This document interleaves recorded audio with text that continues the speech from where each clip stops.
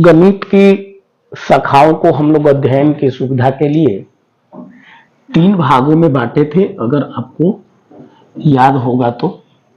जिसमें से पहला बांटे थे हम संख्या पद्धति, जिसका हम वीडियो बना के इंट्रोडक्शन पार्ट 2 में डाल चुके हैं टोटल इनके बारे में। फिर इसके बाद आता है हम लोगों का ज्यामिति यानी कि ज्योमेट्री, और इधर था हम लोगों का क्षेत्र मिति। हम लोग पढ़ेंगे सब चीज धीरे धीरे करके। तो आज हम लोग ज्यामिति का चर्चा करेंगे। ज्यामिति का भी हम 2 पार्ट आप लोगों के लिए बना देंगे। ज्योमेट्री पढ़ने के लिए सबसे पहले हम लोग यह जिक्र करेंगे कि ज्योमेट्री का कुछ बेसिक इतिहास है जो कि आप लोगों के साथ शेयर कर लिया जाए, अच्छा रहेगा पढ़ने से पहले। सबसे पहले हम समझेंगे कि ज्यामिति होता क्या है। चलिए, एक शब्द है ज्यामिति। तो ज्यामिति जो है, जिसको हम लोग ज्योमेट्री बोलते हैं, तो ज्योमेट्री वास्तव में यह एक यूनानी शब्द है। ये यूनानी शब्द है। और कौन सा यूनानी शब्द है? यूनानी शब्द यहां पर 2 मिले हुए हैं, एक जिसको कहा गया है जियो और दूसरा कहा गया है मीट्रिन। एक तो कहा गया है जियो और दूसरा कहा गया है मीट्रिन। जियो का अर्थ होता है पृथ्वी और मीट्रिन का अर्थ होता है मापना, है ना। जियो का अर्थ होता है पृथ्वी और मीट्रिन का अर्थ होता है मापना। इसका मतलब यह हुआ कि ज्यामिति जो हमारे गणित की एक शाखा है, जिसके अंतर्गत भूमि के मापन से संबंधित जानकारी ग्रहण करते हैं। लेकिन भूमि से मापन संबंधी जानकारी का ग्रहण की शुरुआत हम लोग आज से तो कर नहीं रहे हैं, तो इसका एक संक्षिप्त इतिहास हम लोग जानने की कोशिश करते हैं। चलिए, सबसे पहली चीज है कि जो हमारे जो कि सबसे पहले जहां पर क्रिएटिव लोग थे, मिस्र हो गया, बेबीलोन हो गया, मेसोपोटामिया हो गया, जी हाँ, उसमें हमारा देश भारत भी है। तो कुछ कुछ इतिहास इसका हम चर्चा कर लेते हैं। जैसे कि भारत में ही, भारत के ही क्षेत्रों में, उपमहाद्वीपीय क्षेत्र में देख लीजिए कि एक हड़प्पा सभ्यता की चर्चा की जाती है। हड़प्पा सभ्यता को सिंधु घाटी सभ्यता भी कहा जाता है या कांस्य युग सभ्यता भी कहा जाता है। जितने आर्ट्स के पढ़ने वाले छात्र हैं उनको 12th क्लास के हिस्ट्री के 3 पार्ट हैं, जिसमें से पहले पार्ट भाग 1 के इतिहास के पहले अध्याय में ही पढ़ना है ईंटें, मनके तथा अस्थियां, और नीचे लिखा गया हड़प्पा सभ्यता। तो हड़प्पा सभ्यता का लगभग इतिहास 3000 साल ईसा पूर्व बताया जाता है। वहां पर जब रिसर्च किया गया तो वहां पर ऐसी ऐसी मकाने बनाई गई थी, एकदम सीधी सीधी नालियां, गलियां बनाई गई थी, जल निकास के लिए बनाई गई थी। इसका मतलब वो ज्यामितीय आकृति की समझ रखते थे। जैसे कि एग्जांपल के तौर पर कैसे पता चलेगा, तो वहां पर जो ईंट बनते थे, तो वहां पर ईंट, तो हम लोग तो जानबे करते हैं कि ईंट जो हम लोगों का होता है वो घनाभाकार होता है। तो वहां पर ईंटों का जब अनुपात निकाला गया, तो अनुपात जो ईंट का है लंबाई, चौड़ाई और ऊंचाई का, तो उसका अनुपात है 4:2:1। और अनुपात के बारे में हम आपको एक बात बता दें कि बिना कोण और भुजा के अनुपात मेजरमेंट को पता किए बिना दुनिया की कोई भी आकृति नहीं समझ में आ सकती है। इसका मतलब कि ये भुजा के अनुपात पाए गए हैं 4:2:1। इसका मतलब कि बेहतर ज्यामिति की समझ रखते थे। हाँ, उस वक्त उसका नाम शायद ज्यामिति ना पड़ा हो, अलग रूप में जानते होंगे, पर वो जानते तो थे। जैसे ही हम आते हैं, इसका मतलब कि ये लोग बहुत उच्च कोटि के लोग थे। हाँ, एक समय के बाद वो सारी चीजें समाप्त हो गई। उसका चर्चा हम लोग जब आर्ट्स के वीडियोस बनेंगे तो वो सब हम लोग देख लेंगे। लेकिन एक प्रमाण और है। एक हमारे पूजा पाठ की विधि में वेदी बनाया जाता है। पूजा पाठ जब हम लोग करते हैं तो वेदी बनाया जाता है अलग अलग आकृति में। अग्निकुंड बनाए जाते हैं, तिनकोन।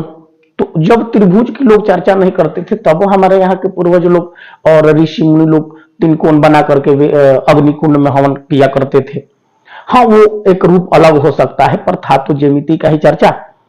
और उसी को हम लोग कहते हैं सुलभा सूत्र।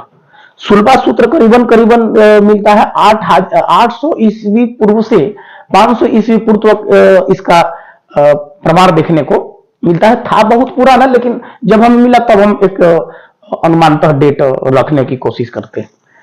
चलिए, अब एक हमारी हिंदू धर्म ग्रंथ में 4 वेद होते हैं, ऋग्वेद, यजुर्वेद, अथर्ववेद और सामवेद। जिसमें अथर्ववेद में एक चीज होता है जिसको हम कहते हैं श्री यंत्र।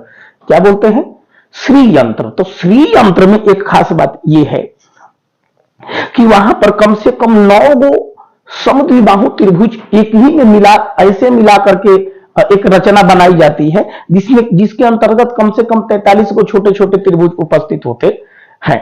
वो उस प्रकार से उस डिजाइन को बनाई जाती है। इसका मतलब कि ज्यामिति की समझ वो लोग बहुत ज्यादा रखते थे। बहुत सारा उदाहरण हम आपको नहीं दे पाएंगे, लेकिन संक्षेप में हम आपको समझाने की कोशिश करेंगे। तो हमारे हिंदू धर्म ग्रंथों में भी बहुत सारी चीजें उपलब्ध है। चलिए हम थोड़ा सा विदेशों से चर्चा कर लें, क्योंकि आपको बोले थे कि जो गणित दुनिया में सबसे जो प्रथम वैज्ञानिक हुए थे वो हम आपको बोले थे Thales of Miletus. Thales of Miletus ही पूरा नाम नहीं है। मिलेटस एक स्थान है जो ग्रीस देश अर्थात यूनान में पड़ता है, और उस मिलेटस नामक जगह पर एक गणितज्ञ हुए, साइंटिस्ट हुए, जिनका नाम था थेल्स। चलिए, थेल्स ने सर्वप्रथम एक चीज की खोज की जिसको बोलते हैं उपपत्ति। उपपत्ति जिसको हम लोग बोलते हैं प्रूफ, कि कैसे प्रमाणित किसी चीज को किया जाए। साथ ही साथ में एक और जानकारी लेंगे कि थेल्स के ही एक शिष्य थे। थेल्स के एक शिष्य थे जिनका नाम था पाइथागोरस, और इनके बारे में आप जानते होंगे। थेल्स के एक शिष्य थे जिनका नाम था पाइथागोरस। पाइथागोरस ने बहुत सारे गणितीय नियमों की खोज की।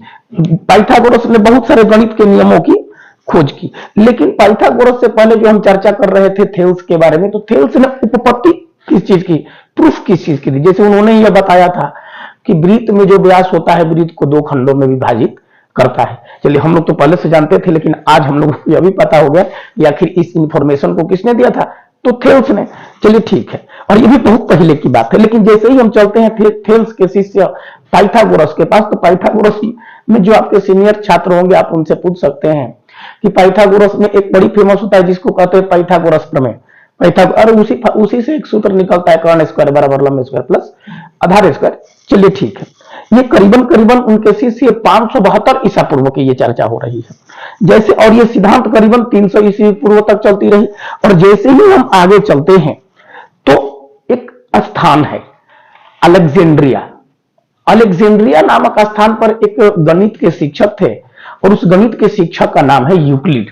जी सही सुन रहे हैं, और उस व्यक्ति का नाम था यूक्लिड। यूक्लिड ने बहुत काम किया। सबसे बढ़िया काम, यूक्लिड को ज्यामिति का जनक कहा जाता है, फादर ऑफ ज्योमेट्री। जबकि सबसे पहले नहीं थे, ना कि इन्होंने बहुत ज्यादा रिसर्च किया, पर इन्होंने एक बेहतर काम किया हम लोगों के लिए। जितने गणित के इंफॉर्मेशंस थे इन्होंने एक जगह पर इकट्ठा कर दिया, और एक जगह पर इकट्ठा करके इन्होंने उसको एक स्वतंत्र ग्रंथ का नाम दे दिया, और उसका नाम हम लोग एलिमेंट्स के नाम से जानते हैं। उसको हम किस नाम से जानते हैं, एलिमेंट्स। इन्होंने जो इकट्ठा करके एक पुस्तक बनाया, और उसका नाम क्या रख दिया इन्होंने, एलिमेंट्स। एलिमेंट्स में सारे रिसर्च एक जगह पर आप पढ़ सकते थे। तो हमारे जैसे विद्यार्थियों को इसको पढ़ने में बड़ी सुविधा होने लगी, और इस एलिमेंट्स नामक चीज में ये इतनी बड़ी ग्रंथ हो गई। ग्रंथ हम बोल रहे हैं, पुस्तक तो है ही, लेकिन बहुत बड़ा ग्रंथ है। लेकिन जैसे जैसे बच्चों के अध्ययन में असुविधा होने लगी, तो इन्होंने क्या किया, उसको 13 खंडों में विभाजित कर दिया। इस एलिमेंट्स नामक ग्रंथ को कितने खंडों में विभाजित कर दिया, 13 खंडों में विभाजित कर दिया, जिसमें से प्रत्येक एक खंड को क्या कहा जाता है, पुस्तिका। जिसको किस नाम से जाना जाता है, पुस्तिका के नाम से जाना जाता है। अब आप जरा सा कंफ्यूजन हो कि आप इतिहास तो पढ़ नहीं रहे, लेकिन मैं आपको यह इंफॉर्मेशन इसलिए दे देना चाहता हूं कि सबसे पहले ज्योमेट्री जब पढ़ ही रहे हैं, ज्यामिति, तो आपको हमने बता दिया कि ज्यामिति शब्द कैसे बना, जियो और मीटरिंग से, यानी कि भूमि का मापन। हाँ, उसके संबंधित आपको भारतीय परंपराओं में कहां पर गणित है वह भी आपको हमने बता दिया। थेल्स, यूक्लिड और थेल्स, पाइथागोरस, जो कि थेल्स के शिष्य थे पाइथागोरस, और उसके बाद आते हैं अलग जगह से यूक्लिड। बहुत पीढ़ियां जब लगी हैं तब जाके हमको इतनी बेहतर इंफॉर्मेशन प्राप्त हुई है। तो पढ़ने से पहले हम लोगों को इतना जरूर याद रख लेना चाहिए कि जो लोग पीढ़ी दर पीढ़ी हजारों सालों से रिसर्च करके हमारे सामने जो चीज परोसे हैं, हम उसको बढ़िया से अध्ययन करें और फिर अपने आने वाली पीढ़ी को उसको सौंप दें। ठीक है, फिर इसके बाद हम आपको समझाएंगे कि इसकी अध्ययन की शुरुआत हम कहां से करना प्रारंभ करें, क्योंकि हमको तो ये इतिहास पढ़ना नहीं, हमको पढ़ना है गणित के मैथ बनाने हैं। और गणित के मैथ बनाने की शुरुआत हम आपको बिंदु से करेंगे, एकदम जीरो लेवल से शुरू करेंगे कि किसी को यह कहने को मौका नहीं मिलेगा कि हम लोग कहां से पढ़ना प्रारंभ करें। तो ठीक है, फिर मिलेंगे अगले वीडियो में। धन्यवाद।